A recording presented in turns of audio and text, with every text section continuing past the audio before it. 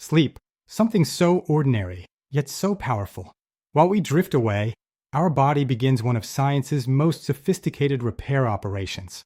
Your heart slows, your brain clears toxins, and your cells rebuild. Sleep isn't simply rest.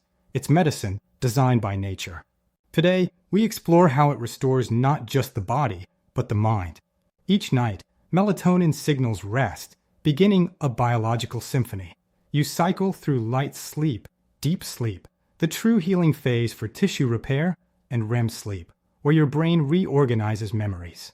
During deep sleep, the brain's glymphatic system acts as a cleaning crew, washing away toxins like beta amyloid, which is linked to Alzheimer's.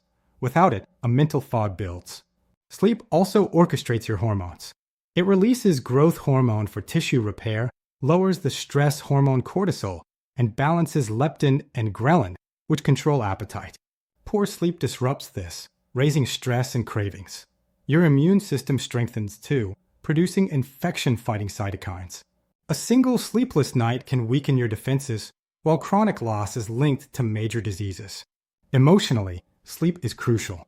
It balances the amygdala, the brain's emotional center. Without it, stress feels overwhelming. But modern life is sleep's enemy. Blue light from screens blocks melatonin, and constant stress keeps us alert. To reclaim the night, you don't need apps, you need rhythm. Science recommends simple habits. Maintain a consistent sleep schedule, even on weekends. Keep your room cool, dark, and quiet. Avoid screens an hour before bed and caffeine after midday. Use gentle stretching or meditation to wind down. How you sleep reflects how you live. Rest is not laziness, it is restoration. The hours you spend resting are an investment, giving you the energy to live fully awake. So tonight, remember you're not just ending a day. You're beginning the process of healing. Sleep isn't the opposite of life. It's what makes life possible.